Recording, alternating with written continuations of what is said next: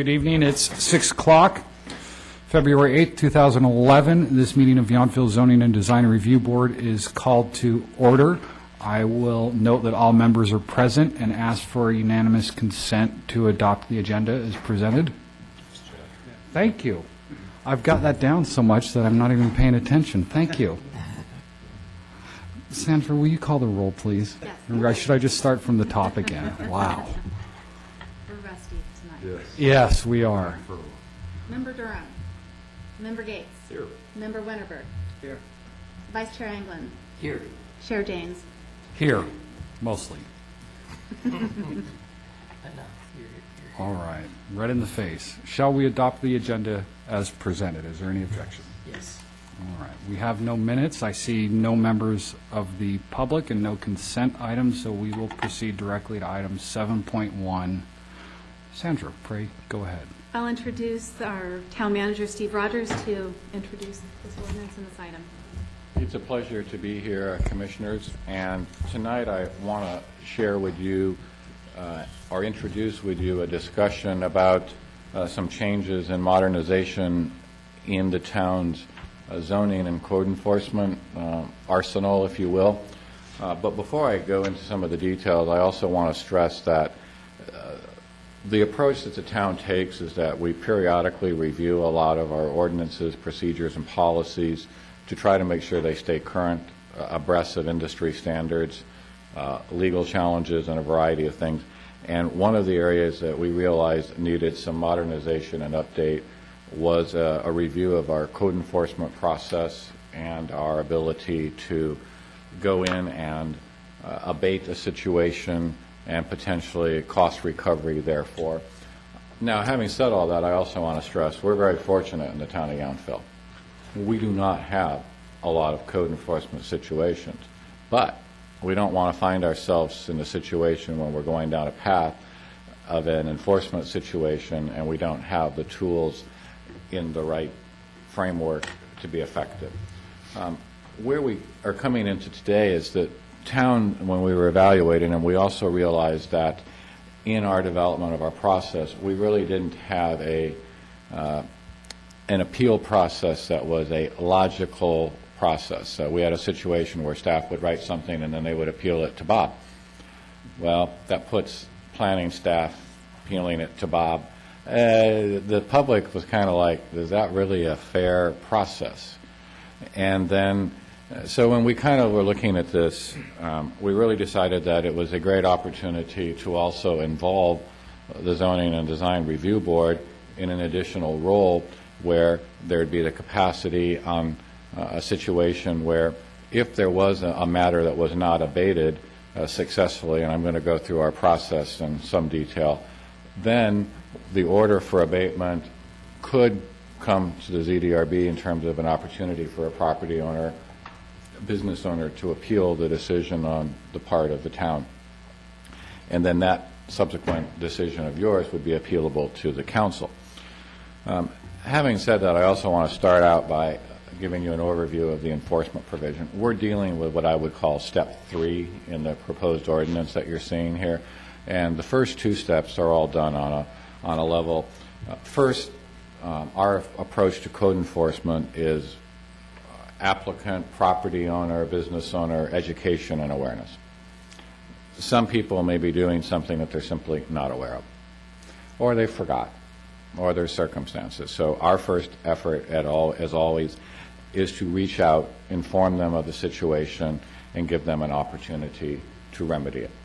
Informal efforts not designed to be punitive, it's simply to achieve a result.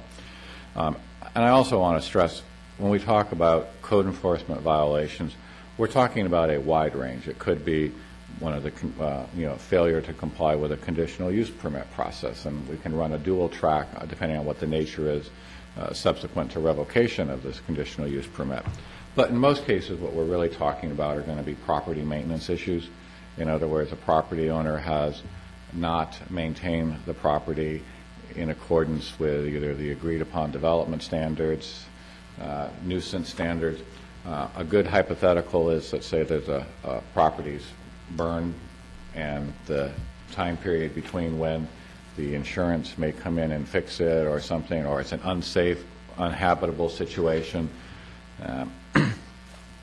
So that's how we would work first, and then we go through a more formal process where staff would put in writing our expectations, a time frame and a timetable, and at that point, and that point only, if they do not comply, do we start with the formal abatement proceeding where we would go through. And in this situation, the formal process requires a formal notice. You'll see there's actually in the detail of the ordinance a whole format for how that notification goes, all the details and specifics. And it's not something the town staff takes lightly at doing. And then when we're dealing with an abatement situation, we also want to make sure that the town has the ability to go in and resolve the matter. And then also we're addressing cost recovery. And in this particular case, you're also looking at the ability of the town to lien the property, should that be necessary, to recover the costs associated with whatever the abatement effort was. So again, that's kind of what we're looking at, and the anticipated role for the Zoning Design Review Board would be as one of those, basically a hearing officer in a situation. Now, a logical question would be, well, how many of those might you have? In the 3 years plus that I've been with the town as its manager, you wouldn't have had one. We've had a couple that have been working through on the administrative side with town staff, and we had one that did get put into a very formal review process and continues to be ongoing. But the reality is we don't know. Again, I would say in comparison to many communities I've been in, our situation or where we have a level of code enforcement is really very nominal. But having said that, again, it's appropriate for the town to make sure that we have the policies and procedures in place so that if something does happen, we have the ability to get in, intervene, and have a successful resolution of that nuisance abatement. Because certainly one thing I have learned living in this community is when something is awry, it doesn't take too long before the tolerances of the community are pushed, and we'll need to get in and resolve that. So with that, that's a short Reader's Digest version of the proposed ordinance updating, and it does update a few other things, including the penalty provision moving to an administrative citation that allows us to work on initial situations. And again, I'm being somewhat vague only because the range of what a potential nuisance could be is very large, quite broad. If you have any questions, I'd certainly be happy to try to answer any of those. Do you respond to complaints, or do you actually seek out violations, or how does that work? I would say the town always responds to complaints.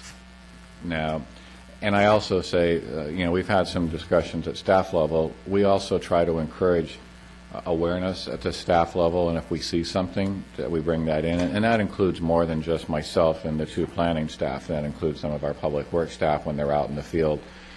But I would say if we see something, we encourage our staff to report that to planning, myself, and then we work on it.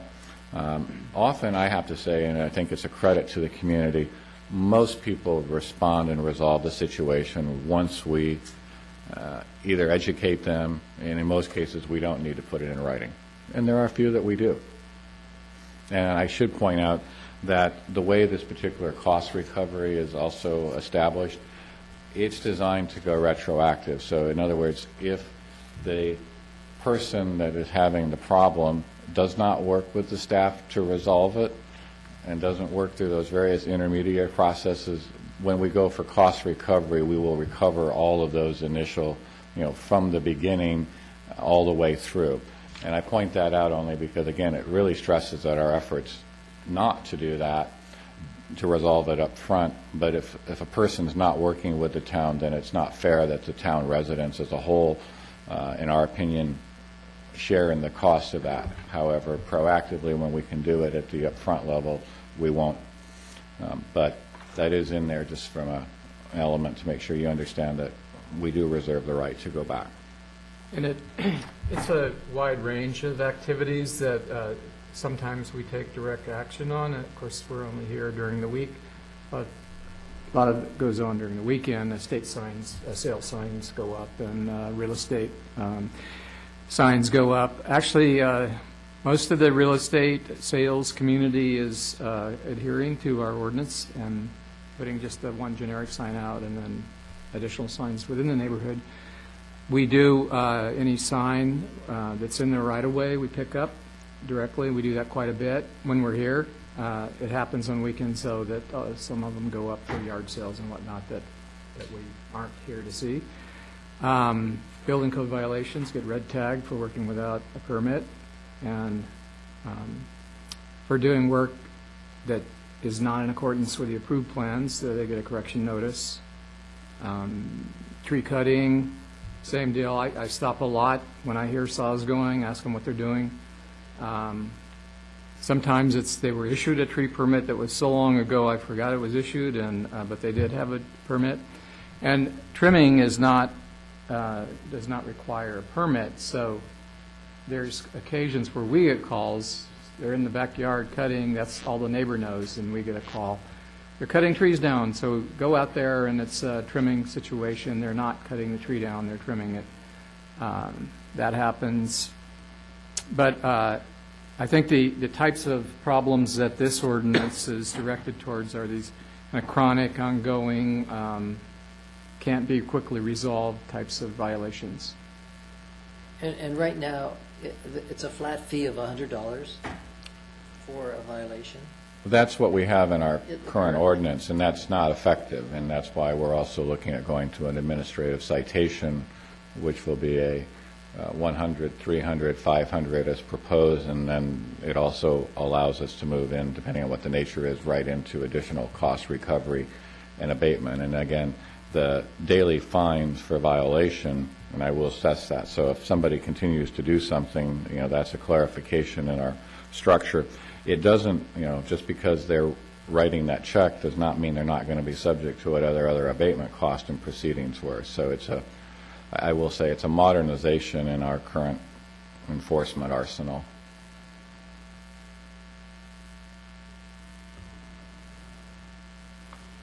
You're just asking questions now, or feedback, or where are we at? Questions? Is the thrust primarily at commercial ventures, or is it residential with cars in the front yard, that kind of? I think Annoyance, Commissioner Gates, actually, you've identified one of the issues. I would say if there's a thrust that we're seeing a bit, it can be both. But I think when we get into what we often think about nuisance abatement, it's going to be cars, property maintenance, a building that's unkept and perhaps in a condition where it's causing a neighborhood eyesore, blight situation, maybe a health and safety issue, but it could be a business. Again, that's why I say the tool will apply towards whatever the necessary need to abate is. More typically, in some prior organizations that I worked in, we had some issues with rental property and out-of-town property owners. In other words, they were just not, either they weren't aware of or did not care about the maintenance level and how their property was being run and the negative impacts that was having on their neighbors. So that was a tool. We also had a situation where a property was uninsured, had a fire, and they just left. And the property was in a very, unsafe manner, a neighborhood hazard, an attractive nuisance to the neighborhood kids, and it was frankly a danger. So in that particular case, after going through a process and being unsuccessful, the town or the city there in that case went in, put the money up, demolished the building, went through a process like this, demolished the building, and then liened the property and was successful at the sale and cost recovery. So I mean, I think those are some of the examples that it can help us. Again, using that fire situation, we can't implement a process that doesn't exist and then retroactively apply it. And I think that's one of the reasons I want to stress is part of this, we've had some tools. I don't want to say that the town's not had tools, but this is a overhaul. You'll notice a lot of detail in the ordinance. In fact, it looks very legalese, and some people, wow, do we really need that in this town? And the answer is, I'm afraid, yes, we do. We don't have to use it. I mean, that's our hope, but if we don't have it there and we need to, then we're not going to be able to. And in today's environment, people are becoming more sophisticated about how they choose to respond. And, friendly little, would you please clean up your yard without any bite hasn't worked well for the town. And I think Bob's described that, we could be talking about a tree, we could be talking about property maintenance, we could be talking about a flagrant person that's putting illegal signage out. It runs the gamut of what it could be. Thank you. I have several questions. The first is, the proposed ordinance provide for flexibility in the fine structure. And what I mean, I think we agree that the one-size-fits-all fine of $100 isn't effective. But I could posit an example where, for example, real estate signs, the fine, $100 for the first offense may be appropriate, whereas blocking a sidewalk and directing pedestrians into the street might warrant $1,000 or $500, where staff can, over time, adopt different fine structures to correspond to the severity. What I would say right now is, this is focused more on nuisance abatement. So from that standpoint, it's on more of a, all right, we've determined the nuisance is there, and then you do start with the fine, and then you go into the abatement. So that the situation like you just described, we may need to take a different process on something like that, but the approach here is to be flexible. And I also would point out that, again, we start with education. So using the example that you provided, if the person works with us, there's every likelihood that they would not be issued a fine in either case that you described. If they worked with the town and responded to direction to stop whatever they were doing, clean it up, because again, we believe that that's the more appropriate response, is education. I understand, and I certainly am not trying to avoid cost recovery or cost of actually, if the town has to abate a nuisance. But my question is trying to focus on, does the ordinance allow staff and then subsequently the council to say, here's a particular type of nuisance where we should have a higher fine, and here's another type of nuisance where the initial fine, if it gets to that, should be low? It does, Chair Janes. And one of the things that you'll find under section, chapter 805-041, it talks about the range, and we're actually going to be bringing back to council. We're not specifying the fines in here, in part because we have not set forth a full menu of what the fine. We've been focused more on establishing the enabling legislation. That would be page 4 of the ordinance. Thank you. Under administrative fines. And you will find that there is flexibility, but you'll also find right now that we haven't proposed a full detailed schedule because the initial emphasis was on the ability to get in and when the town needs to abate the property. Great. Second question, you touched on the ZDRB may hear appeals. Is it contemplated, I should say, that there are certain appeals that the ZDRB might not hear? And I think if there were an action that's about a subject we normally wouldn't talk about, for example, certain use permits are only heard by the council, it would seem to me one might consider it would be odd for the ZDRB to be hearing an appeal on a subject that it doesn't normally discuss. So if you consider that certain things would go straight to council. I want to go back and clarify. This is a nuisance abatement procedure, so a conditional use permit revocation would not come to the ZDRB. So, but the nuisance might be operating outside of business hours, for example, in that case, which would be the condition of the use.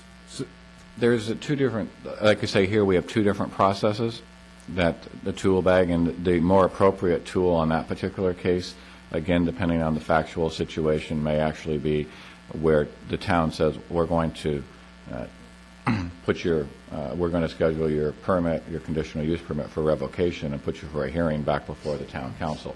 So again, that one's a hard one without having the real facts in the situation as to what it is. I think what I would say, that nuisance abatement really is going to go more towards the manner of the operation of the facility. For example, I think if they're creating a public nuisance, noise, things like that, then it gives a tool. But if it's a simple operating outside of the hours, it might very well be more likely that we would go down the revocation of the conditional use permit, which would go directly to the council and would not come to the ZDRB. Excellent. And last question, under the appeal process, has staff contemplated there being, right now it says explicitly not, that there would be a cost for the appealing party? And what I'm driving at is, I don't think it should be so high that it's punitive and discourages people from appealing. Similarly, though, I don't know that it should be cost-free. I need to clarify one thing. In this particular case, the person that's appealing is appealing the action of the town, where we're saying we're putting you on notice of violation. And it's generally considered a due process right that they need to have an appeal of the administrative direction. So it's not an optional appeal like a land use planning decision. So from that standpoint, that's generally not a charge. In other words, we can't say, oh, by the way, now from a cost recovery standpoint, when we get into our cost recovery, the cost of that administrative process, as long as it's documented, can be put in and recovered. So I don't know if that answers your question. It does, exactly. So you can't charge the criminal defendant, if you will, to show up to court. Correct. I think that's a good analysis. But if we end up doing a cost recovery, we will go back and get the cost of all of the staff work, research, if the building inspectors had to go out, if a third party, if there's been any law enforcement, fire department involvement. Found guilty, if you will, you can get the cost back. So yes, you answered it very clearly. I want to point out, because I think you're phrasing a good question, but it also, part of this is to make sure that staff's not overzealous and going out and stepping out of its realm, and it also means that there's a public accountability, if you will, of the staff's direction and making sure that we're doing our job in a forthright and fair manner. And, so I do think we want to share that, although I would say, I think that's how we approach these types of things, but it is a kind of a process protection as well. And I was going to bring up the one that's probably the most time-intensive for staff is the transient violation or occupancy violations, where someone's renting their house as a vacation, like a vacation rental, and in violation of our ordinance. Those require a lot of detective work, and can run up a lot of time on those. We've had rashes of those in the past happen within the last 3 years.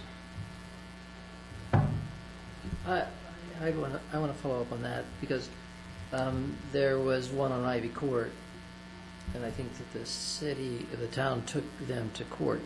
So was that a nuisance abatement proceeding? Would that fall under the $100 fine? Because I know that the town collected some amount of money because of their continued violation.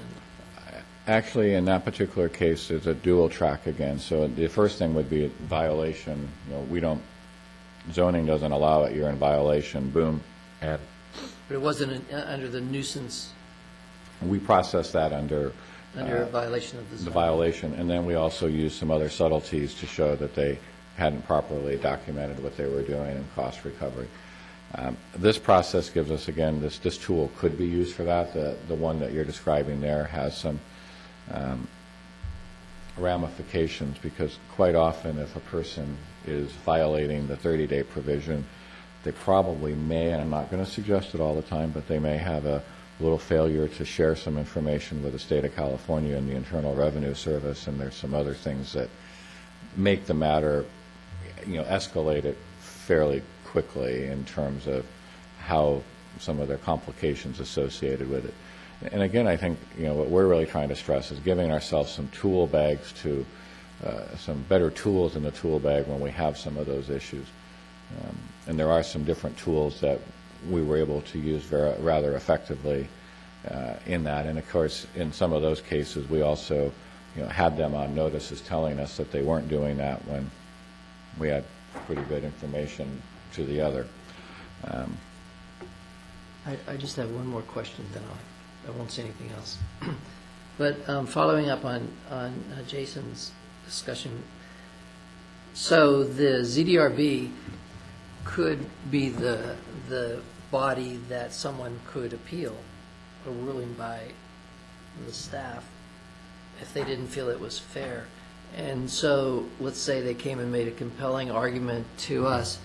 Does it stop here? So would our decision be final, so we could actually overrule the staff You have decision? that's very good. Is that what you're kind of, You said two different things that I'll answer to. One, you addressed final. No, theoretically, it could ultimately, the decision of the ZDRB could be appealed to the town council. if we ruled in their favor? Or, I suppose there could be if some other involved party or if staff had an objection or concern. Can staff appeal a decision? I think that's the heart of the Yeah. question. And I'm not, let's go take a look at it, and I believe that the way it's, all right, let's go, I'm right here. Where are you? In an owner or other party who disputes the notice of public nuisance and intent. Now, that's the staff determination that there's a problem. May file a timely appeal, and then it goes down and has the detail for what constitutes an appeal. And then there'll be a hearing date before the ZDRB and notice process for each party. And then you'll be presented information. The staff would provide a presentation on what they find, and the other party would be present their witnesses and whatever testimony. It does allow for the fact that you may continue the process if you determine more information needed or you request more. And I think here's the answer to the question. The town bears the burden of proof to establish that a nuisance exists by the preponderance of the evidence. The appellant shall have the opportunity to present evidence and cross-examine witnesses. The appellant may represent himself or herself or be represented. So ZDRB makes a finding in section decision and notice. Service.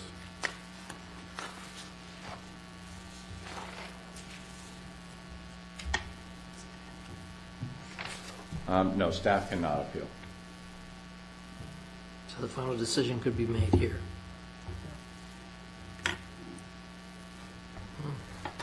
Rob, you really piqued my interest. There was an occasion in the city of Napa not too long ago where the Planning Commission appealed its own action.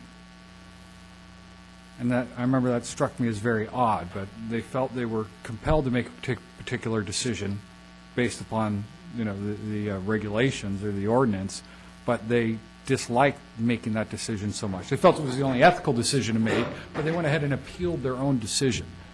And that leads me to, and I don't want to get too far afield, but can a member of the board, both legally or ethically, appeal as a private person? Now, I think we want to make a point here. You're talking about a very specific process, not a generic appeal process. What you're talking about here is limited to when the town has made a finding of a notice of abatement, followed the intent. So it's a very narrow range. And, that decision your decision could be appealed to the town council. So like I say, that's the, if you will, the check and balance to make sure that staff is not being onerous. And you will note that if they don't like your decision, there is an appeal fee to the town council.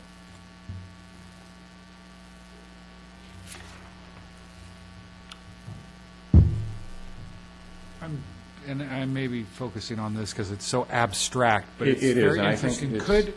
Could a member of the board, say the board took a decision 4-1, and the one nay vote, could that person, would that even be ethical, let alone legal? I think you want to remember, you're not making a quasi-judicial decision here. You're making a judicial decision. So only the person, the subject of the citation You can are make the not appeal? serving as a, you are a hearing officer body, Got it. Now, Not- I grasp the distinction. not a decision-making body. I get it now, thanks. So I have one question about what can be appealed. What if the person wants to appeal the value of the fine, not the event itself? No, because that's not going to, I mean, it's a cost recovery with a full detailed. Well, except for the $500. I mean, what you're, again, by the time you would get it, what they're really saying is they're appealing the determination that the town has found them to be a nuisance. And that's, if you go a couple of steps back, there's a whole lot of stuff that the town has to do formally when we do that. They're appealing the fact that we've determined that the property, the situation requires abatement. Not, well, I'd rather pay $300, not $500. I guess the question that brings up for me is since we don't have a guideline of what is going to cost what per se. Again, you don't need to at this point, because what you're talking about is an adoption of the philosophy. First of all, you're focusing on, does a nuisance exist in the matter that which is defined? That's your role, not the cost. Because what we're ordering at that point, we're ordering the property owner, the party, to abate the nuisance. If they do not do so, then that provides the opportunity, based on the determination that a nuisance was upheld, then the town does have the power at that point in time to go in and abate that nuisance, whether that's go in, and I'm going to use a property maintenance situation because that's where this will occur in most cases. So that would allow us to come in and, remove the vehicle, let's say somebody's storing junk cars in their front yard, or that house that needed to be demolished I told you about in the fire situation. So those are the situations where you're really getting into more on what we're talking about, the nuisance finding and abatement, not necessarily some of the, we use the word nuisance in a lot of ways, but I think, we really want to be clear on where the nuisance abatement. So you could make a finding, and it could very well come in on,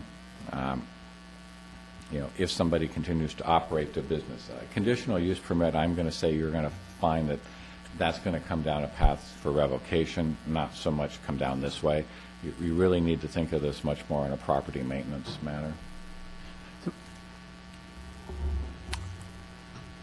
I hear what you're saying. I guess for me, what comes to mind, and I trust staff generally here. But let's go back to the sign on the sidewalk. The 100, 200, 500, whatever it is that's going to get cost. Are we saying that's purely about cost recovery, or is there also a punitive value on top of the cost recovery? I take the sign out from this discussion, really, because that's going to be addressed more. I mean, in all candor, this is not about the Okay, somebody's leaving a occasional junk A-frame. car in their front yard, and it looks like it's a danger, and okay, let's take something like that. And so is there a punitive piece, or are we saying the 100, 300, 500 is purely going to be... No, that is your That's punitive. the punitive piece, and the cost recovery is what it costs the town to deal with it. But the fine has no bearing on any real cost. It's your penalty. And the So- timing of the fine is important too, because as Steve mentioned, this is really the third step in the process. We'll discuss it with the property owner, we'll follow it up with a letter, we'll give them an opportunity to clear a nuisance violation, and then it becomes a citation. So a citation would allow the $100 to And so- attach, and and so- then it could proceed from there. And it's in response to their not responding to the request to abate the nuisance. So they've had a couple opportunities to avoid a fine. Yeah, this is not like we're going out with a ticket and we find an A-frame sign and we write a $100 ticket and then we come back the next day and write a $200 ticket. It's not. So anybody at home, I want to make sure they understand this is not what this is about. Okay, so it's always going to start with $100 then, and it's going to be progressive from there. I'm going to say initially, yes, but that Chair Janes brings up a good point. As we evolve, I do think that we may choose to bring to the council a different type of a schedule based on certain things, and that's yet to evolve. Okay, I'm sorry, I was misunderstanding, because that's where I could see somebody, somebody who's doing the signs, and you've told them, and you've tried to work with them, and they're continuing to do it, you write them $100, and then the person who's got a car out front, you determine that's $500 fine, but without having any scale written down somewhere. That's where I could see somebody appealing that, why is this $500 and that's $100? Again, I'm going to say your appeal process is not the fine amount. Your appeal is the determination that the town has made that the property is in a nuisance condition. So under that scenario, really the A-frames being put out is not likely what we're talking about. We're talking about a specific appeal that the town has gone through and said, your property is in a nuisance condition. We find it to be a nuisance. Would it be an answer that the fine structure, whatever it will be an ordinance adopted by the council over which we would have no influence? If that's not a finding of fact, we would be asked that was the violation occurred. So then it would be more of a nullification issue. Right. We would only be able to say, yes, you violated the law, regardless of any opinion we might have of the penalty. I think that's fair, and I would also say at the staff level, we will be, short on our list after we get done with the conclusion of cleaning up the wine tasting and residential scale discussions and FAR and open space that you all are kind of working on. We anticipate this spring still starting to work on perhaps a review and modernization of our sign ordinance.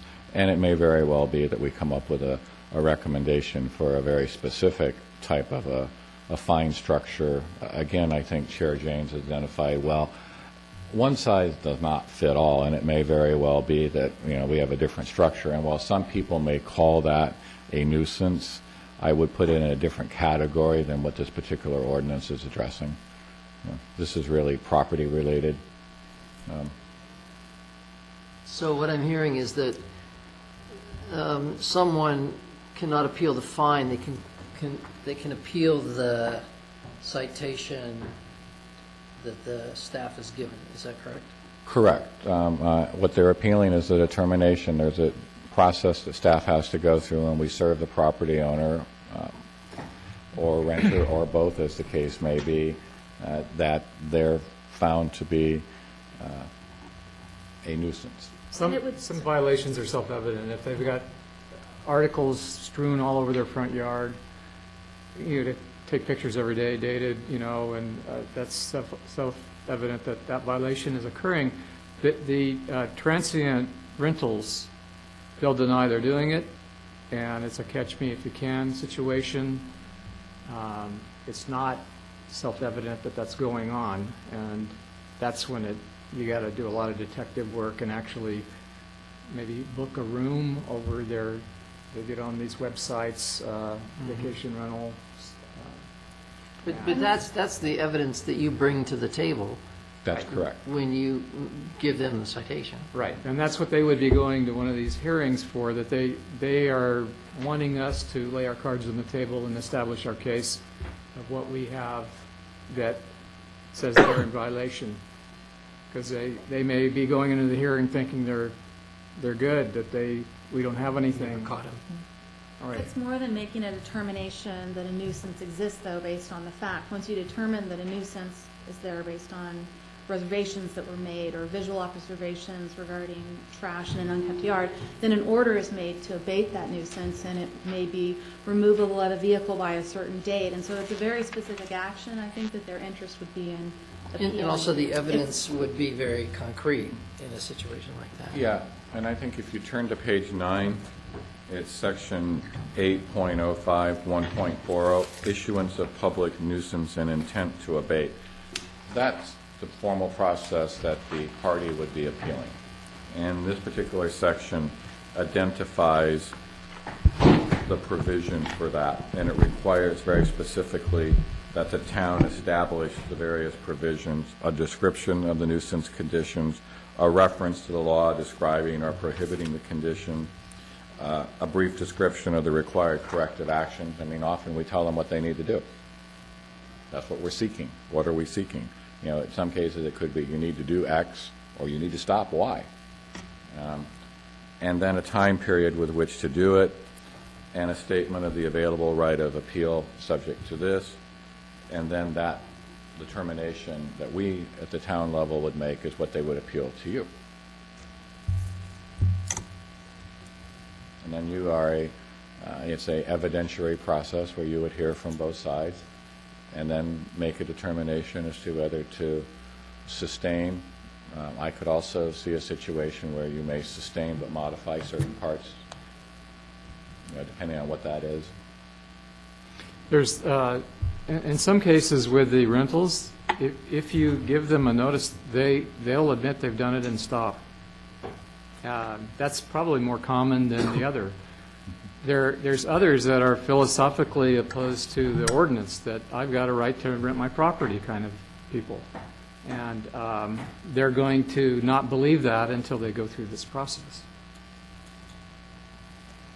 Are there any further questions to staff before we move to providing our final recommendations? I do have one last question that's Fire just away. unrelated, which is, do you find that 15 days is a municipal standard for an appeal and for paying the fee?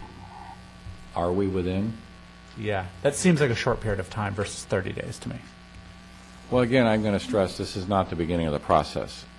You know, at the point we go down this particular step, the neighbors are probably upset with us because they think it's gone too long, to be perfectly honest. We're talking about at the point we would begin this formal, and then when you would get it, we've probably gone anywhere from 30 to 60 days already trying to work that informal process, education, awareness that we told you about, and then writing that, all right, we really need you to take care of this. Here's the issue. Do it by X date. So from that standpoint, I think we're being more than fair, but I also think, that philosophy makes sense. Very few, my hope would be that very few situations involved where they're potentially going to have a situation that staff has to issue a notice of nuisance and direction to abate and put themselves in a situation where they're here. I have two final questions, and then we'll ask for summaries.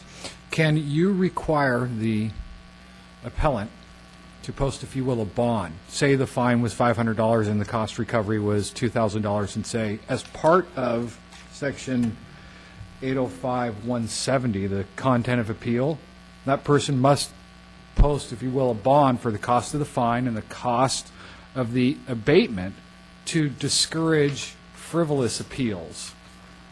Why not appeal if it can lengthen the process out? The town would return that money if the appeal were successful. Can you do that, or does this get back to it's more the criminal sort of Well, nature? you're really getting into it. What your determination is not, again, at this point, remember, the town hasn't abated. We're directing them to do it, and if they don't do it, then we will go in. But you would have some cost recovery associated with staff time and the enforcement of an assessed fine. Could you require the No, in that particular case, the way it's written, because, again, the cost recovery would be for them not abating it. Okay. In other words, when we go in. Now, having said that, I certainly think that's an area that, as we work at applying that, because in that particular case, the party, it wouldn't surprise me, actually, that you find that you're scheduled to hear in a matter, and they actually abate it days before or minute or hours before the appeal and voiding.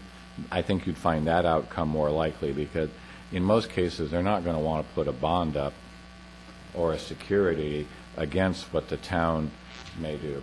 Although But there's no cost to appealing. Why would someone not appeal? Because the worst-case scenario is you'll be back at where you began before you made the appeal. It seems to me there should be... I see where you're going, but you see, remember here, when you make that finding, the town can go in and abate, and then they have no choice. They're going to get stuck with the bill and the potential lien for the whole cost recovery.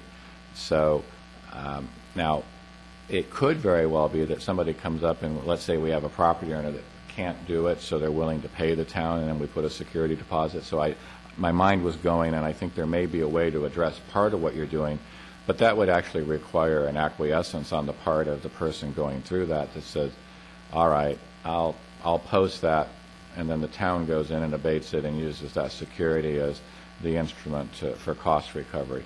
What you're really talking about, though, in the situation are the folks that are just not going to resolve the situation, and this is the formality where the town provides notice, gives them an opportunity, and then we're going to go in. And when we go in, we're going in, having to pay up front and then get our cost recovery through the lien process or other process second.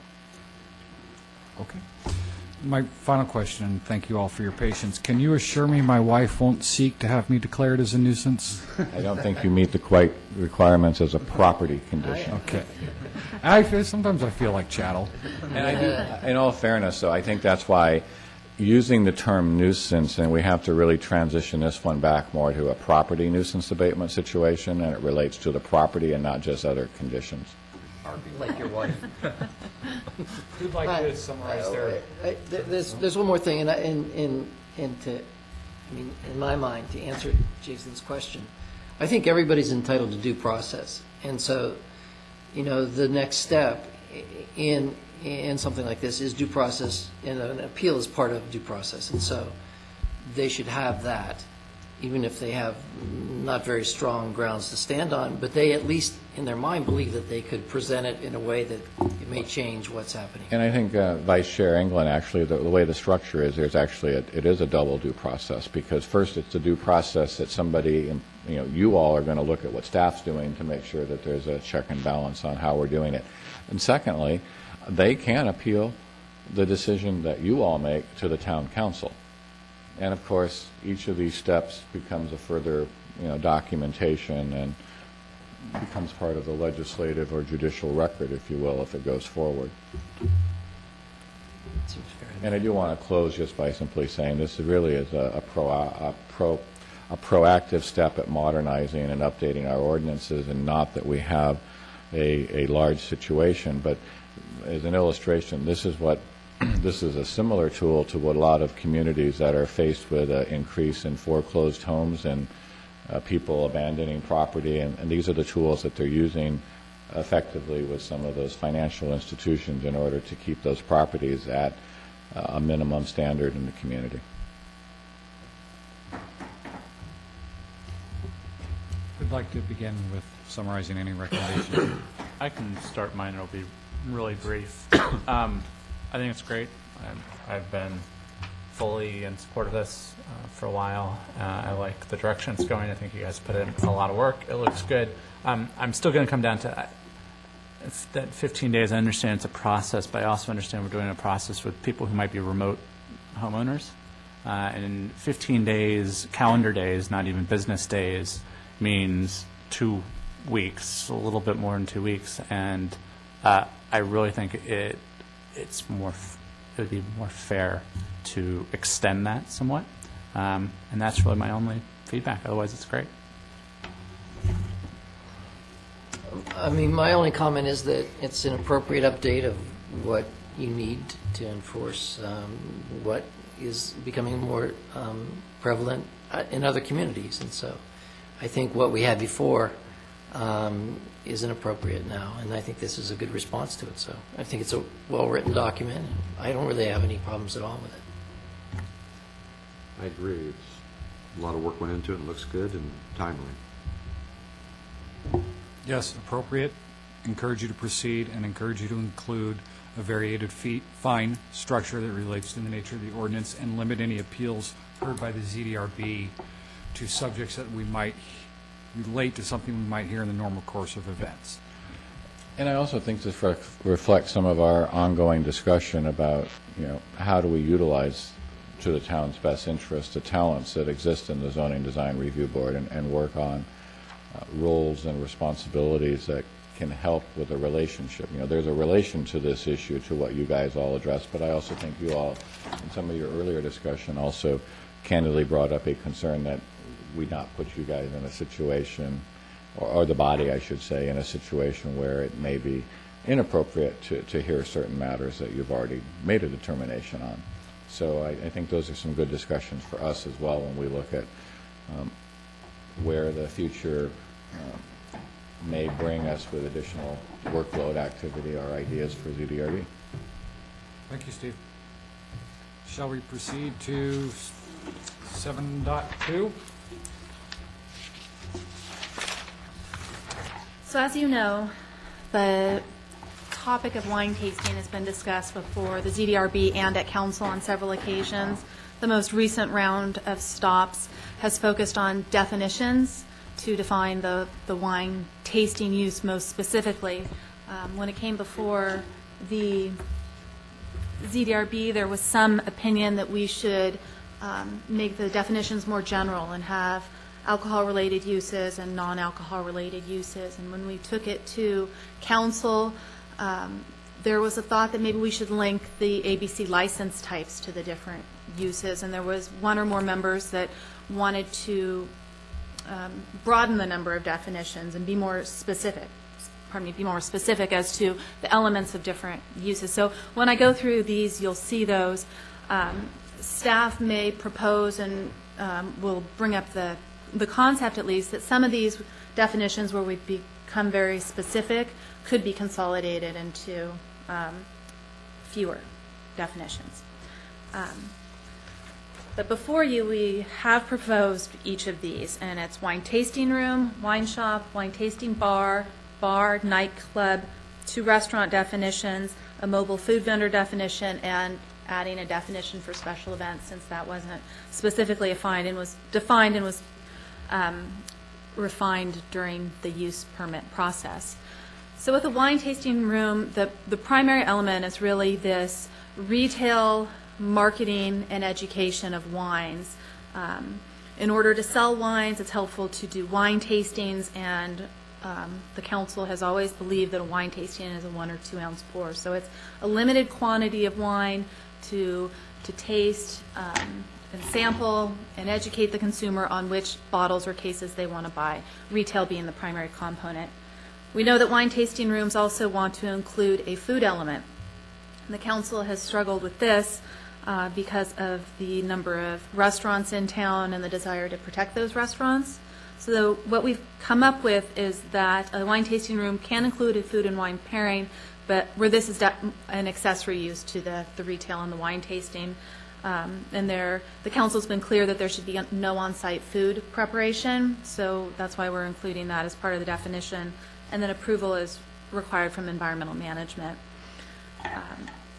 In order to specify that it's a wine and food pairing, we've included that there may not be menu items or meal service, so that there is a confusion as to whether it's a restaurant or not.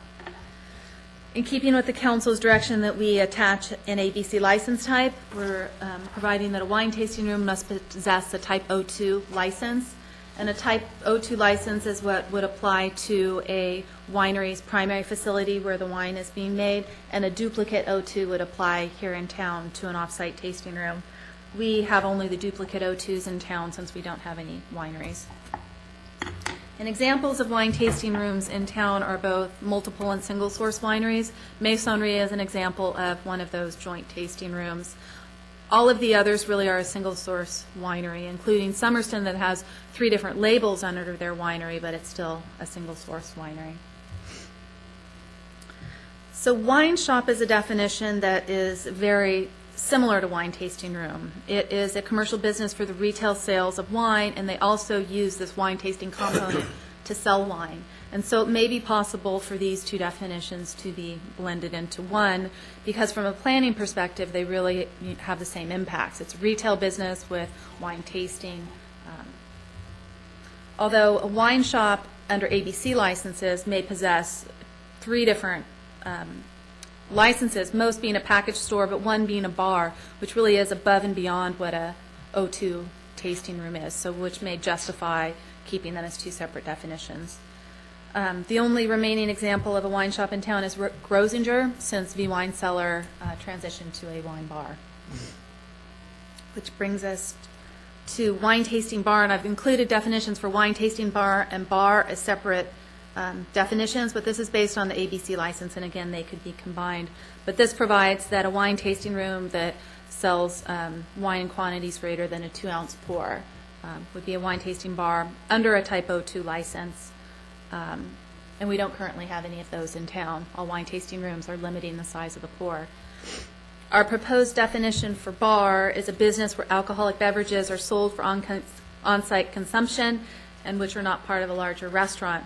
It includes bars, wine bars and lounges, taverns, pubs, cocktail lounges, and any similar establishment where food is ancillary to the beverage. To this, we could add wine tasting bar and include the O2 license to this license type that this type of facility could hold. Examples of bars in town are Ponchas and the newly designated V Wine Cellar. We've included a definition for nightclub at the request of a council member, and it is a bar that includes regularly occurring live music and entertainment, which may include dancing, and it's this regular entertainment and dancing that sets it apart from a bar. Again, however, this could be combined into the bar definition so that we just have one retail wine tasting room definition and one bar definition. The different restaurant definitions are now defined as full-service restaurant and limited-service restaurant at the recommendation of 2 different council members. And a full-service restaurant is one that we will define as a business where food is regularly prepared on site and served to customers for consumption on the premises. And we've spelled out some of the characteristics of that definition. It's where there are seats and tables for the food consumption. The customers order and receive the food while they're seated at tables, generally from a waiter. The food is paid for after consumption, and that it's not packaged for transportation off-site. And also that the establishment doesn't have takeout or walk-up windows. The 3 ABC license types associated with restaurants are a Type 41, a beer and wine license, a Type 47, which is a general liquor license, including distilled spirits, and a Type 75, which is a brew pub. Pretty much all the restaurants in town qualify under this definition. Limited service restaurant is to be defined as a business where food is regularly prepared on site and available to customers for consumption on or off the premises.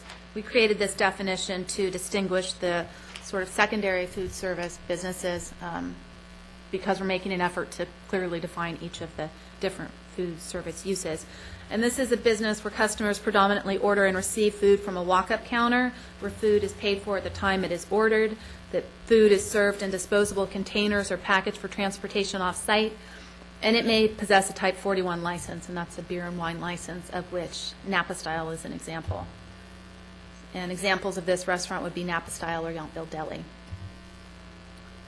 We added this definition at the 11th hour when we realized we had a hole if we were defining all these restaurant uses. So it's a mobile food vendor, of which we have one, and it's a truck equipped to prepare and cook foods that makes direct sales to customers. This type of business must obtain the consent of a property owner to locate on private property. It needs certification from Napa County Environmental Health and approval from the town of Yountville. We currently do not permit mobile food vendors in the right-of-way, so they have to be located on private property. Tacos Garcia is the example. And special events is now an item that we've defined in an effort to bring more consistency to what one of these may be. And we've decided, we're proposing it's an activity not specifically listed in a definition of a use, so all those items that I've just mentioned.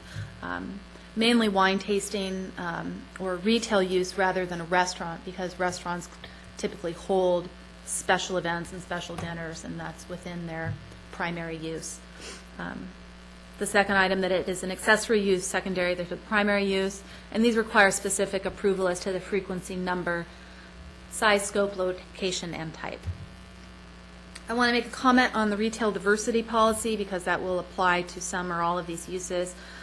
It currently applies to all new wine tasting rooms in town, but it has the potential of applying to any new retail use where the town council determines that it has become overrepresented in a commercial zoning district. And the key point is that it's a retail use, so exempted from that policy are restaurants and inns explicitly in the policy, but also bars and nightclubs, since those aren't retail uses per se, but service uses. Now that we are getting closer to having these definitions for each of the uses, we think it's helpful to have a determination where these may or may not be permitted within the commercial zoning districts, of which we have 3, the residential scaled commercial, the Old Town commercial, and the primary commercial. And since the residential scaled commercial is the most restrictive commercial district, and it backs up to residential uses, staff would propose we restrict wine bars, bars, and nightclubs, which may all be defined simply as a bar, if we decide that, and full-service restaurants. And that's due to the fact that this district currently prohibits inns, new restaurants, and businesses that rely principally on tourists for business. That we are in discussion to change those standards, but at this time it hasn't occurred. So this is in keeping with what is currently proposed. That would allow wine shops, wine tasting rooms, and limited service direction. And this is consistent thus far with council direction. In the Old Town Commercial District, where there is the east and west portion, one which is removed from residential uses and one that is near residential uses, we find there's an opportunity to apply a similar standard as the RSC district. And so for the east portion, we would propose restricting wine tasting bars, and nightclubs. And I note that large restaurants that are 75 seats or greater are already restricted in this zone. So this would be a similar treatment to the RSC district. The last district is primary commercial, and since it's the most permissive district, we would suggest that each of the uses would be appropriate. At this point, I'd like to mention whenever a commercial use locates in town, it's required to have a use permit, so there will be discretionary review and conditions imposed on any project. Parking is an idea that we're in the process of developing. We have the retail uses and the restaurant bar uses based on seats. However, we've been in discussion that perhaps the different standards should apply to bars where there aren't fixed seats and where there's potential for a higher density of gathering. And we're considering looking at the building code sections on maximum densities to provide guidance in what a reasonable parking standard would be. So mentioned some suggestions in the staff report, but we're still honing this item. That's it, and I'll be free to answer any questions. Who'd like to ask a question? I've got a question. Just for clarification. So in this, somebody who purely maintains a type 2 duplicate, which include most of our tasting rooms, would not be able to serve any glasses or bottles of wine Outside of a special event. outside of a special event. And then where does the line get blurred for them selling you a bottle and you pouring it on their patio? Or does that not come into? That's not, service of wine is not part of the definition. That would be part of a specific use permit where a property has a minimum amount of open space that meets the development standard, and so it is restricted from a use area, and it would be part of our ongoing enforcement or tracking of a business, but not a specific part of the definition, because the wine sampling and education presumes a certain level of pouring of wine for the sampling purpose. First part of your question, the type 2 is not what limits them to the tasting. It's the use permit as a tasting room. But it looked like in the definition here, we were tying those two together. That was one of the ties, that a tasting room was going to be defined by that permit, that somebody who had that We're permit. suggesting a tasting room could be defined as an O2 permit, and a wine shop, which provides wine tasting, would be defined by the different ABC licenses, or we could decide that since these have the same characteristics of retail sales of wine with wine tasting, maybe all those different types can be combined. I'm sort of chopping that up as I say it, but that's the concept. So that's where I just drew from that, say we were a blank slate here and we were going forward, that each of those tasting rooms would not be allowed to, if we were to adopt this, each of those tasting rooms that just have type 2 duplicates wouldn't be able to serve any bottles or glasses. Outside of special events, right? Outside of That special would be the special occasion where they Right. could serve more than a 1 or 2 ounce pour. But we can't limit what they're doing on public property per se in this use. discussion. On public property? Well, they take the bottle of wine and they go out to what's now considered the courtyard, which is public open space, and they're pouring themselves a glass of wine. No. Open space and public property are not Right, sorry. the same. Into open space that is open to the public on their property. But it's still controlled by the. But it's, Business. I'm trying to do this without any names, but Summerston's courtyard, where we don't allow them to pour in the courtyard except for special events. But could somebody buy a bottle, walk out into the courtyard, sit there, and pour themselves a glass? My answer would be no, because that doesn't fit the definition of a wine tasting use, and that wouldn't be under an authorized special event. Okay. So that would be outside the terms of the permit, Okay. And we which would- may now be a sort of a loose gray area. The town's expectation would be that the owner, under the limitations of their permit, would not allow that activity because they have control of those open space areas and what can occur. Okay. And that would be in technical violation of what their use permit is. One thing we do need to, I think, discuss at staff is it's conceivable somebody could have a type 2 license only and request to be a wine bar. And if we are, by the type of license restricting the activity, that may be in conflict later on if somebody, we don't have anyone in that situation, but somebody could conceivably only be a type 2 and want to be a wine bar as well. Well, what comes to mind is I feel like some of these tasting rooms might want that opportunity, and this seems like it would limit that. That, say, one of the tasting rooms in town wanted to now become a wine bar, and we were following these, the type 2, I didn't feel like was on the wine bar options. No, it's specifically a wine tasting bar as an O2 versus a wine bar under the other definition, license types. So are bar and wine bar the same? Yes. A wine tasting bar is a proposed much narrower definition, the tasting modifiers. Well, the reason I ask that is because in the document that we have here, it's listed as bar, not as wine bar. There's There's both wine wine- tasting bar and Wine bar. tasting bar. And the Wine idea bars, is that lounges. a wine tasting bar is essentially a wine tasting room that wants to sell more than a 1 ounce pour. So they're selling the glasses and the bottles, but they're not a full-fledged bar where they sell. Okay, so any of those tasting rooms could do A wine bar that. is in the definition of bar. Right. But Includes it's, bars, wine bars, lounges. but it's And not a it's type major 2. category, it's a subcategory to bar. I mean, it's a distinction that it's going to get really confusing between. It You is. just have the word tasting or not in there. So if you look at it as the major category is bar, and then it's a subcategory, wine tasting bar, and what everything else is, lounge. To me, that's more clarifying. Okay. Well, also bar, they're required to serve food, and they have a wider variety of licenses than O2.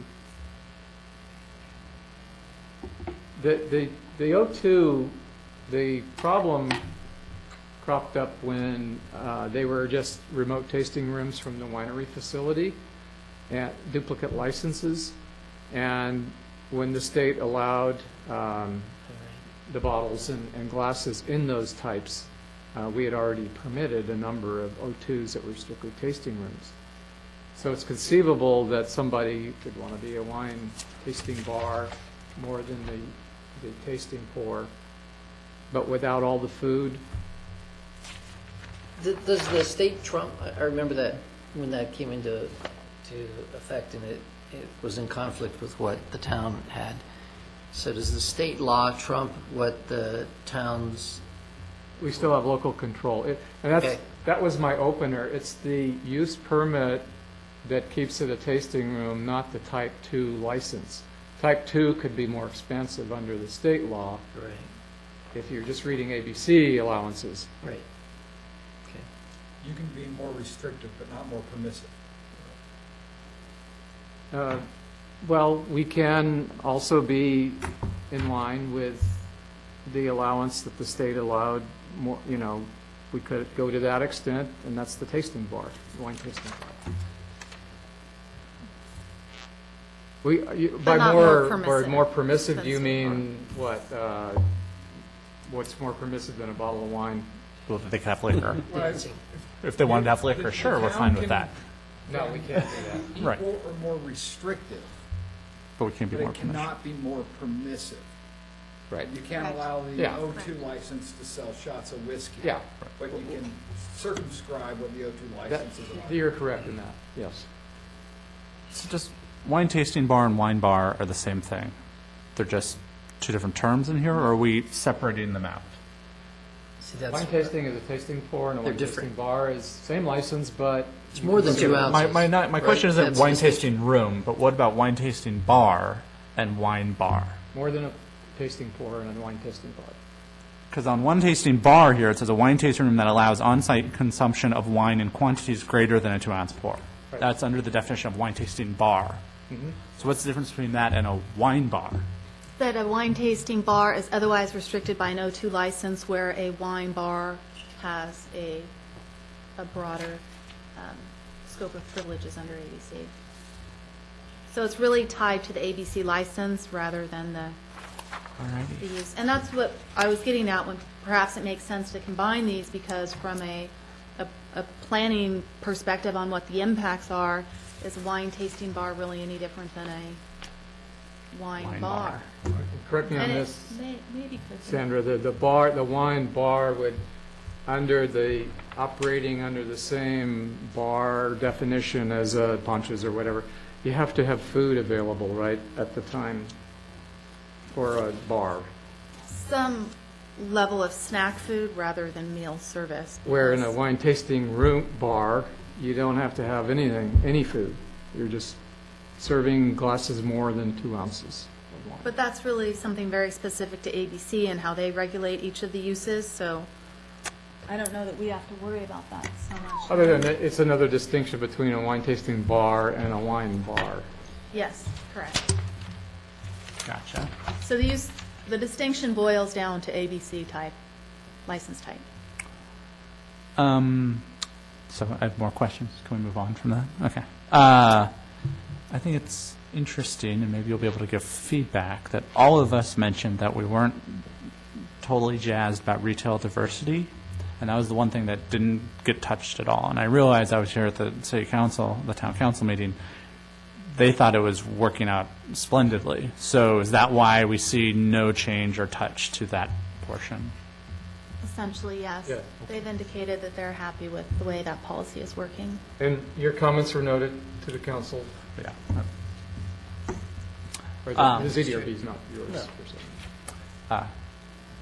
And then my final question before we, and this is kind of maybe off topic, is part of the special event thing, because we were talking about that a little bit. Is there a way that we can have notice to the public as part of the special event application procedure? What are you thinking? What type of notice?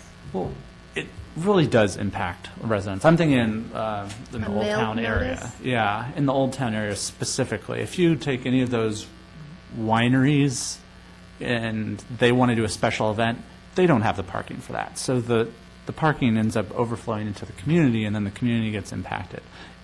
And I understand that happens occasionally, and that's why we say it's a special event, we have to allow that and everything. But it'd be nice if at least the community could get notice that there's going to be an impact on their parking. I mean, I think of when I was in LA and I got a notice every other day that, oh, we're shutting down your street because we're filming or something like that. Something about along those lines of saying, hey, everybody in this area or within 5 blocks or 500 feet gets a notice saying there's going to be a special event on the state. Well, that's a new idea we haven't considered before. It would apply to new projects, and I can see it applying as a condition of approval that whenever a special event is held, you need to send notice to a certain foot radius and let them know. So They're it would supposed be to have sort of parking spotty plans. in how it's applied. Yeah, I know they're supposed Since to we have already have so parking, but many. oftentimes they have like off-site parking, Well, and they yeah, try to do that, and then yeah. it ends up people are parking in the middle of the street, and then all kinds of stuff. The requirement is for them to supply or provide us a plan of how they intend to serve their parking need for the events. So that each time they apply for a special permit for a special event, they have to give you a parking plan? They do. Yeah, and They do. usually it's kind of the same, you know. We're going to same park on one your again, street, and then kind of thing. Park in the neighborhood. Mulberry in front of my house.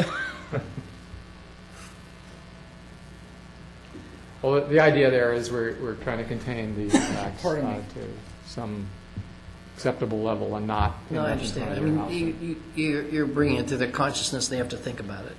And You- I'm totally fine with it happening. I mean, it happens occasionally. We have to deal with it. Okay, that's part of our town. It'd just be nice to have some notice.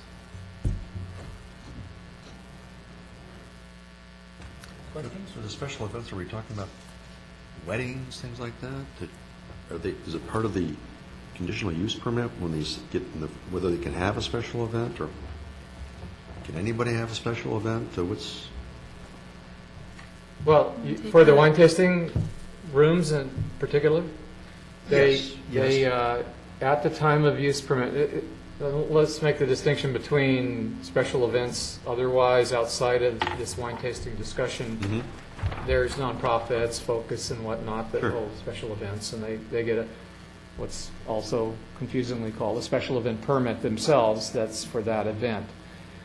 This pertains to, as they go through the entitlement process for use permits, we identify the number of events they're going to have, the number of people, frequency, they're going to have food, they're going to have music, and try to identify what they, at the time they're applying for the use permit, know their special event to be. And then what inevitably happens is they get a better idea later on, or a more expansive idea, that depending on what it is, it could fit in within their, the limitations of the use permit special events. Or if it's way beyond that, they need to come back and amend their use permit to allow that. so there's not necessarily one category of the wine tasting discussion that special events are disallowed or encouraged? I'm thinking like Maison Rie is kind of Well, I can- targeted in that way, and I can give you some examples on our wine tasting spreadsheet. Masonry, for example, is entitled both minor and major private parties, which are special events. The minor ones are 15 to 50 people, the major is up to 100. They get 24 total a year, but only 3 of them can be the large ones. Another example is Jessup. Their special events are between 15 and 50, and they're allowed 15 a year. I suppose that answers my question, if there's a number, they can't just have them whenever they want to have them. Right. It's specific to the property, the size of the property, whether they have outdoor uses, whether they back to residential.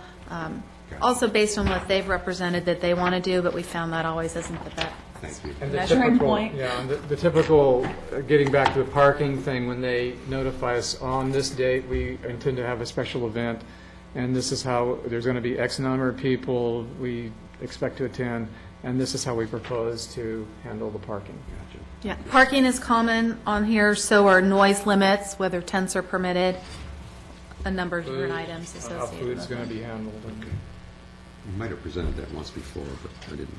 Yeah, I didn't attach it this time. I had a couple of comments on your PowerPoint. One is you said that the food, was it in a wine tasting room? Yes. That would have to be approved by environmental health? Because they typically don't do that. There was something, yeah. The approval is received from Napa County Environmental. If they have any type of serving facility, I understand that they do need environmental health. It's not a full commercial kitchen. It's Right. more a plating facility that has to have surfaces that meet their requirements. See, I think that the no on-site food preparation precludes environmental health getting involved, because they're only really involved in. No, commercial they're kitchen. involved with plating as well. Plating also? Mm-hmm. Oh, really? For example, V Wine, they don't have a commercial kitchen, they just really have a plating facility, and they receive approval from So they environmental actually health. prepare food off-site and bring it? Is that what happens, or how does that work? Or is it prepared? Well, it's They go to Whole Foods and, it's plating for cheese and crackers and charcuterie and heating of bruschetta and small items. but it doesn't fall within environmental management's definition of preparation. So they have oversight? So how do they do oversight? They review the plans for the kitchen and sign off on that approval. So there is a kitchen.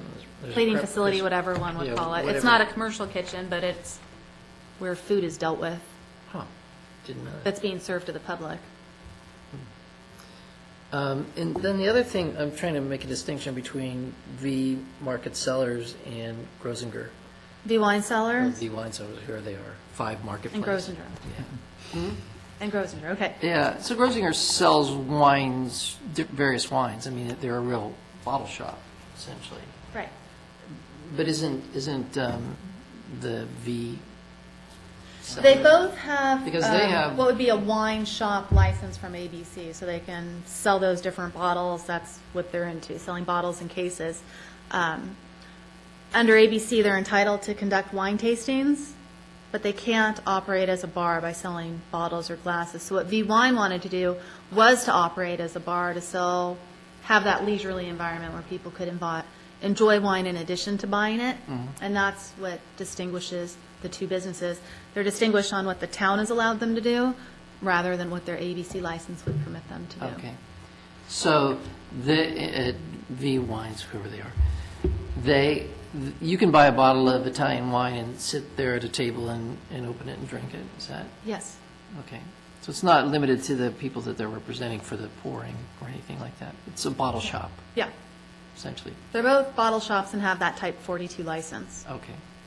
But the distinction is what we let them do. it's the conditional use. Because they were both approved as wine tasting rooms, even though they were really more like a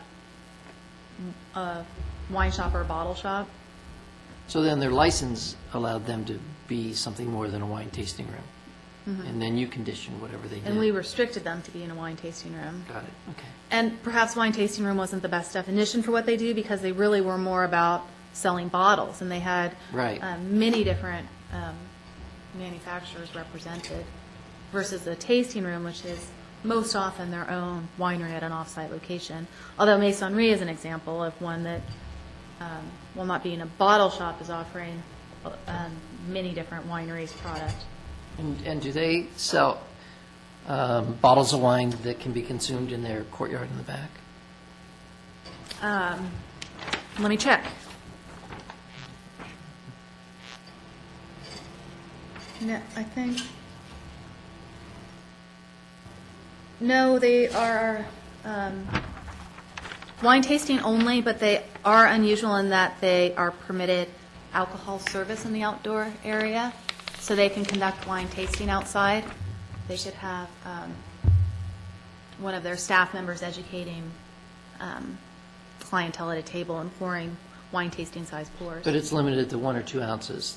That's The size, yes. as a wine tasting room. And one Right, thing that was, Senator suggested earlier, that barring the distinctions in here of the type of ABC license that they have, they're really all doing the same thing. They want to sell cases of wine, whether they're selling their own vineyards wines or they're selling multiple, they're a distributor for multiple.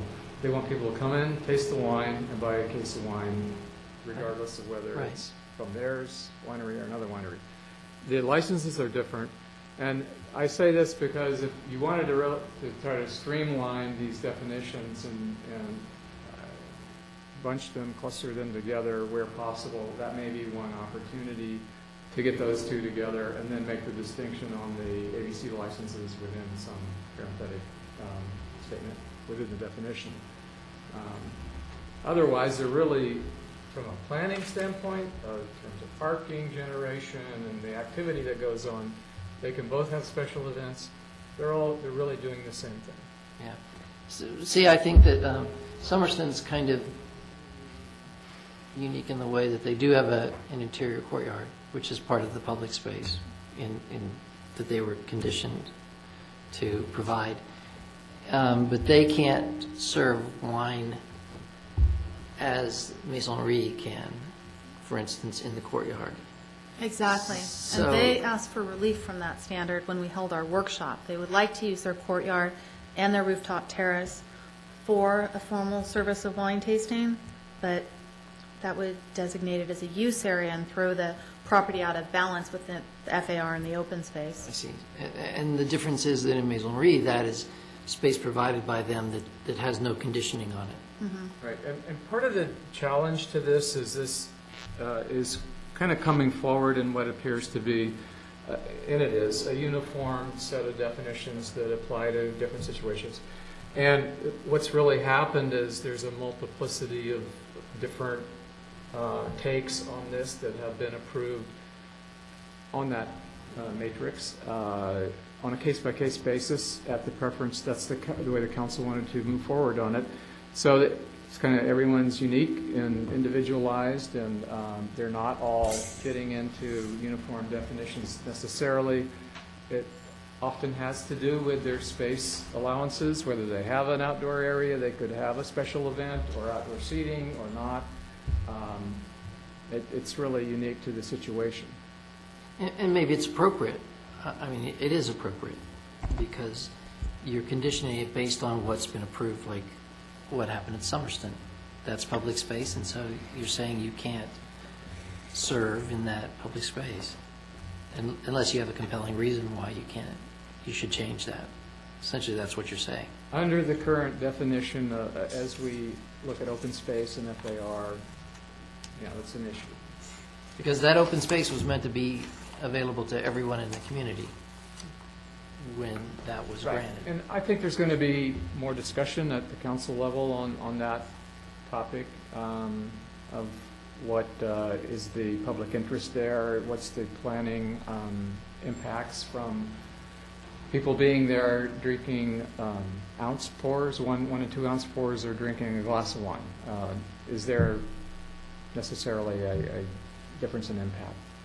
Right. And they're permitted to use the area, it's the service of the area that's limited because it's open space. Right. It's the service that creates more of a use area under past That council practice of becomes more applying those private by the standards. fact that you have service there. Is that sort of the thinking? Well, it becomes, under the FAR definition, a use area, and then it stops being open space and starts being FAR, which then, and when you got it right on a razor's edge where Yeah. they're supplying each of the percentages in the exact quantity, once you move one into the other, you are heavy on FAR, light on open space, probably light on parking, because we then start counting in the seats that parking is calculated against, and it creates this imbalance, and that's the question we're going to maybe examine. Okay. I mean, the other, and I don't want to muffle others, but two last questions, and this will be fast. One is at Bouchon. I think that some of that area is FAR related, dependent, isn't it? Open space that allowed them to do more. Depending on time of day, it's generally considered open space, and bakery patrons can use it. However, at night, seasonally, it is outdoor dining for Bouchon. Right, yes, right.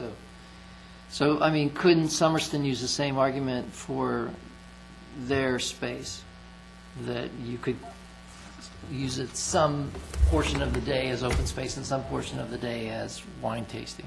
I mean, it's an argument that could be made, I suppose.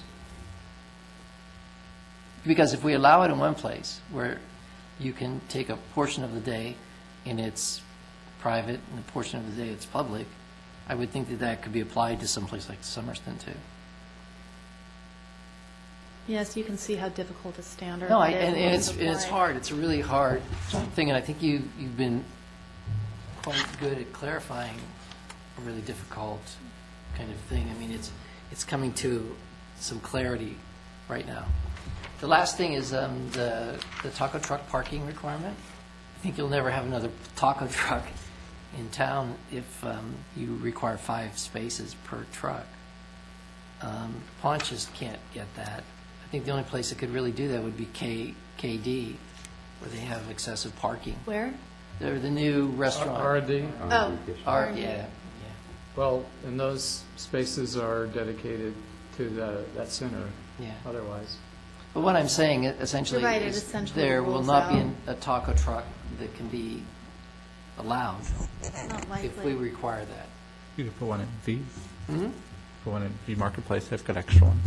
I don't think they'd want They to, do, but but they, yeah, I don't think I mean, they'd it's be a- interested, it's a but they question. have, they're the one property with perhaps enough overflow parking to accommodate it. And they don't want to taco truck. No. Anyway, those are my comments. And I do like the taco truck because it sort of gives a different experience. And so I'd hate to zone it out of existence. Any further questions of staff? What's our mission here? To summarize, if you haven't already, your recommendations for the ordinance, I'm ready to summarize. please do. I agree with the taco truck thing. I think that's going to be overly onerous, and we're just never going to have a taco truck. So I think that's why I understand the concern. I think we're just going to basically squash that by creating that requirement. I have to say, I'm going to follow in some of what Chair James's comments were the last time we did this, which is this starts feeling just a little ridiculous, doing all of these wine bar, wine tasting bar, wine tasting room, and I think I'm okay with the definitions that are on here. If it were up to me, I'd simplify greatly. I think you guys did a nice job of pairing them up with the ABC licenses, but I think this gets just a little too much. And then I still think the retail diversity thing needs to be reworked, but that might just be a difference between our board and the council. And reiterating my special event issue, and then if we do maintain all of these wine bar, nightclub, wine tasting room, wine tasting bar, I'd say go ahead and condense the nightclub down to the bar. Just have a bar, because I don't know. I've seen some pretty entertaining things and maybe some dancing at Poncha's, so it could be considered a nightclub. I think it's just one thing. So that's what. Well, and to ask you a further question, in this effort to simplify, is it just nightclub and bar, or should we add wine tasting bar and it's just one bar definition, and then with the wine tasting room and the wine shop, is that really just a retail wine tasting? I So guess- 2 definitions out of 5? Yeah, I'd say, are you doing tasting quantities or not? If you're doing Okay. tasting quantities, you're a tasting room. If you're not, you're some sort of a bar. Perfect. And then That's your what we're looking ABC for. license differentiates. Can you serve liquor? Is it wine and beer? Is it just wine? Is it whatever it happens to be? That would be my preference. And then a wine shop, I think, should be a purely retail thing. No tasting in the wine shop. Sure. For the definitions. Because then otherwise it's a tasting room that also sells bottles of wine.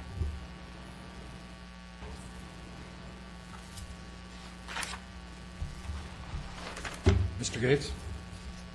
Compliments to the efforts you put into this. You guys have got to be experts on wine tasting room legislation worldwide, but I share Rob's. It seems unnecessarily complicated, and I can see why it started because of the criticism of too many wine tasting rooms and the system run amok, and I can see how it got going, but it's getting a little silly to me.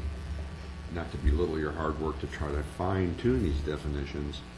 I also share Rob's comment and other comments that I really think the retail diversity component is pretty well glossed over with just a couple of comments at the last meeting that I read. I wasn't there, but you know, I think it puts a lot of stress on these people to try to figure out what to do. And again, as I've said in other comments at other forums here, I think the objective is to make sure these places excel and succeed and provide a stream of revenue to the town and employment and pay taxes and all these things. And I just think making it harder for them at every opportunity is counterproductive to the long-term success and objectives of the town. That's it. Very good. Mr. Anglin, any final summaries? I actually like your categories with some refinement, but I think wine tasting room, I'd keep that. Special events, I like that. Wine tasting bar, I'd put into bar, so I wouldn't have a category called that. I'd find some place to put wine shop, so there's no category for wine shop, because it's so unique to one place. I'd bury it someplace in one of the bar, or I don't know where, but I don't think you need that category. Okay. And nightclub, I like that. I think that's appropriate, and it may come up. And then the restaurant definition. So I'm cool with all those, with my exceptions. So I think that it helps clarify for me to have it down here like that.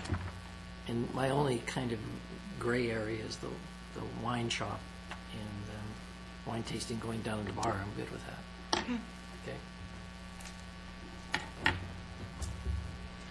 I won't repeat now my antipathy, I can't talk, my dislike of the retail diversity policy because it's not before us.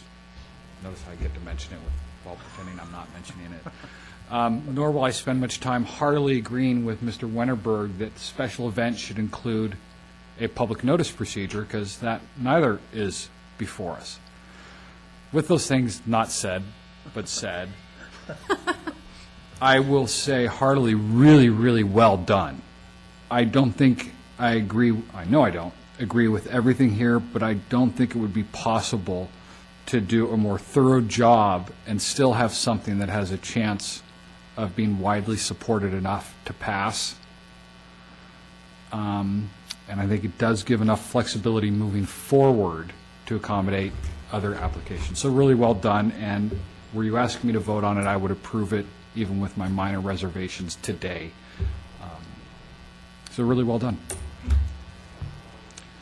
We will go on to staff reports. I'll do that in.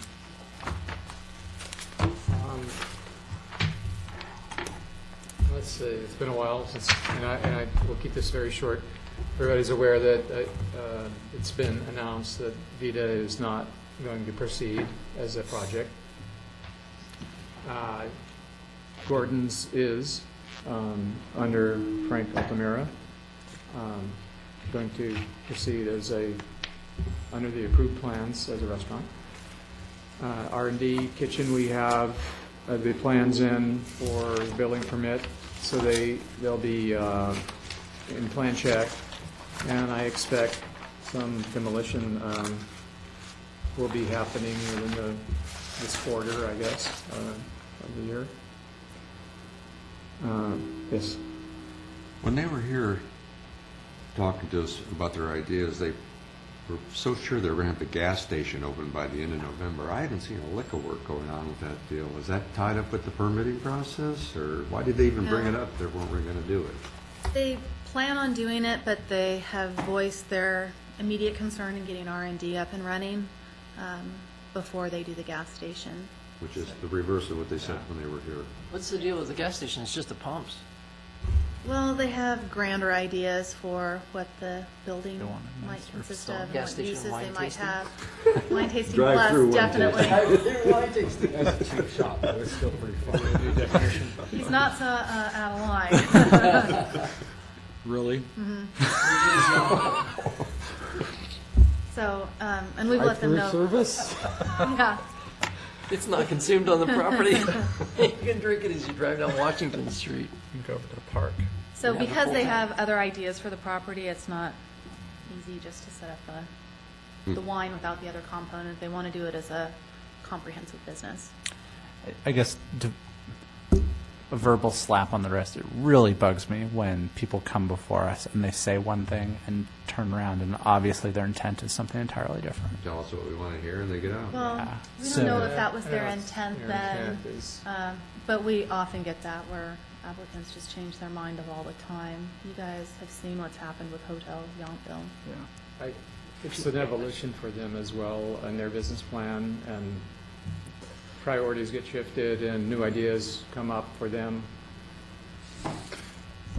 If I might chime in, and I think you're right that that can be frustrating, whether it's malicious or just business conditions. So our job is to get those comments or representations included in a condition of approval, rather than, great, you said that's what you do. We need to stop and say, please add this to the condition of approval we vote on. And that would give staff the tool to say, and I didn't participate in that discussion, so I'm merely using it as an example, that, a certificate of occupancy can't be granted on the restaurant until the gas station is operable, if that were a key component.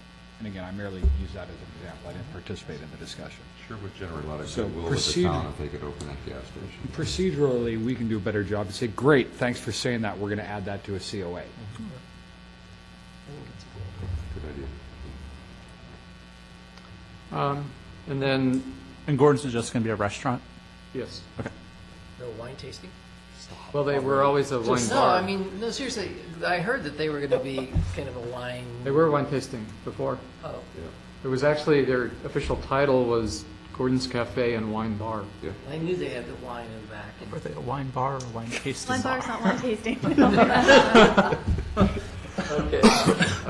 Hotel Yountville is in operation now, and affordable housing is, they've got the 6 months that they need to open that, and they're proceeding with the farmhouse construction. They are? Yes, they have plans, and I'll let you, not maybe visible at this point, but they are proceeding to get plans, and we'll work on that. The other units, the newer units are essentially finished.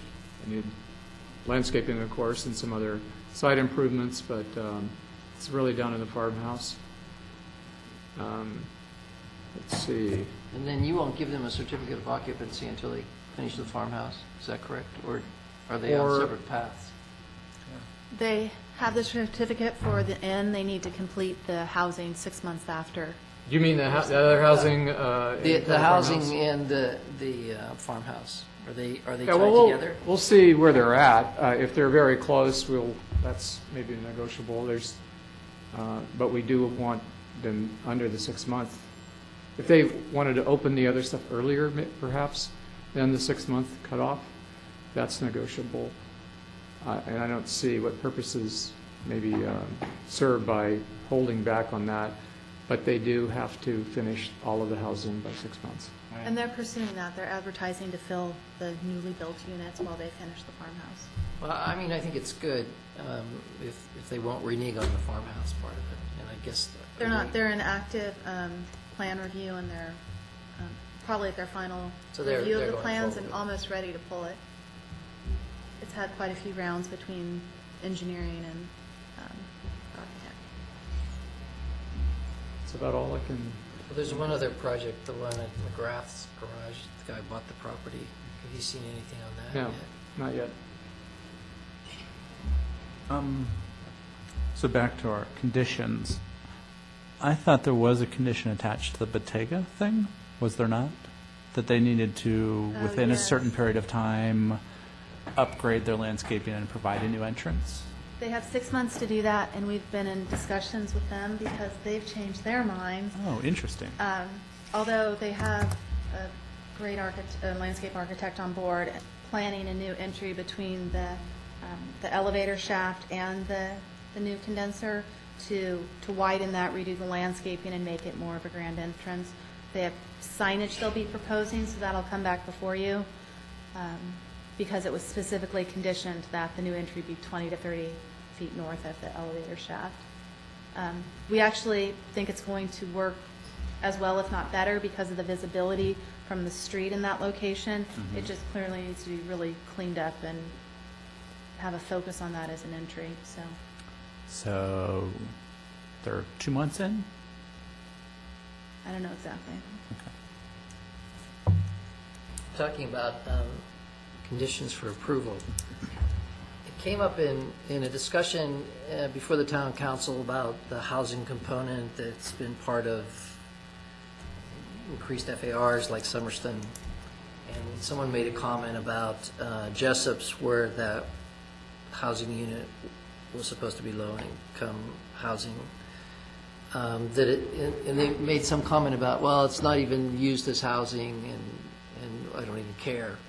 But it was part of the condition of approval for Jessup to have that little historic unit as housing, and I don't think it's being used that way. And so just sort of by default, they're using it for storage, I'm guessing. Well, no, they have done that in the past, but lately we've got them to where they are not using it as part of the Jessup operation. I can't say that they have it rented at this point, but they're aware it needs to be used as housing. It's And not inclusionary, though. No, it's not affordable. Rate housing, they're not even required. No, but it was part of the conditions of approval that it would be housing. Right. Right, housing but not affordable. I think, Yeah, and what we're working on now is to get them Yeah. to move But I to mean, housing's housing. leasing it as housing. Yeah. Probably have So- an enforcement letter to write there. What's that? I probably have an enforcement letter to write there. Yeah, I mean, it's one of those things that can easily slip by because it's just a little unit and, anyway. Two. That's, It's actually it's even smaller than you think. It's That two is true. littler units. anyway, I think that's a good example of Right. somebody not kind of living up to the spirit of, and the letter of the law. So, let's see them before us. Let's have them come in here and appeal it.